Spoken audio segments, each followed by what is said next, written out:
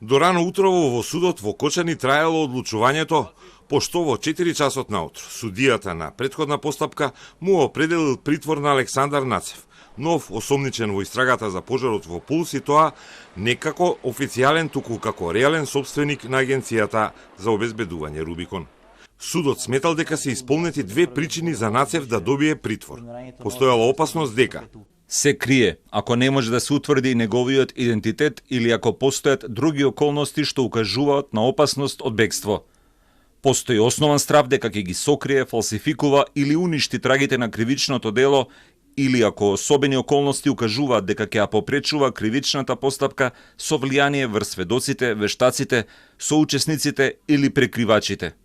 Адвокатите на Нацев телефонски ни потврдија дека не биле прифатени нивните барања за определување поблаги мерки, како куќен притвор или мерки на предпазливост. Сигурно ќе поднесеме жалба, бидејќи сметаме дека обвинителството не достави доволно правно релевантни факти за постоење основано сомнение дека Нацев го сторил кривичното дело, иако судот сепак определи притвор, ни рече телефонски неговиот адвокат. По притворањето на Нацев, кој е вработен на Воената академија, сега се поставува прашањето како и дали ќе учествува во образовните активности на оваа високообразовна институција. Ни беше потврдено дека Нацев бил вработен во средина на академската година, а на неговиот Инстаграм профил стои дека на 19 декември лани се вратил дома, покрај фотографија пред грбот на академијата. Во ниту еден билтен на академијата од ноември до сега не е посочено неговото име како избор на наставно-научен совет, но има оглас од 11 ноември лани на Министерството за одбрана за ангажман на лице со слични образовни перформанси како притворениот Нацев.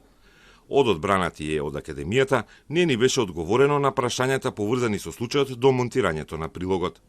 Нацев е осомничен за предизвикување општа опасност, бидејќи обвинителството тврди дека тој ги правел плановите за обезбедување на Пулс заедно со вистинските сопственици и покрај тоа што немало никаков договор меѓу Рубикон и Кабарето.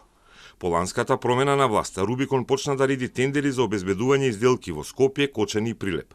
Нацев е универзитетски професор, поранешен директор на Дирекцијата за безбедност на класифицирани информации, а 2017 често држеше партиски пресконференции во штабот на ВМРО-ДПМНЕ.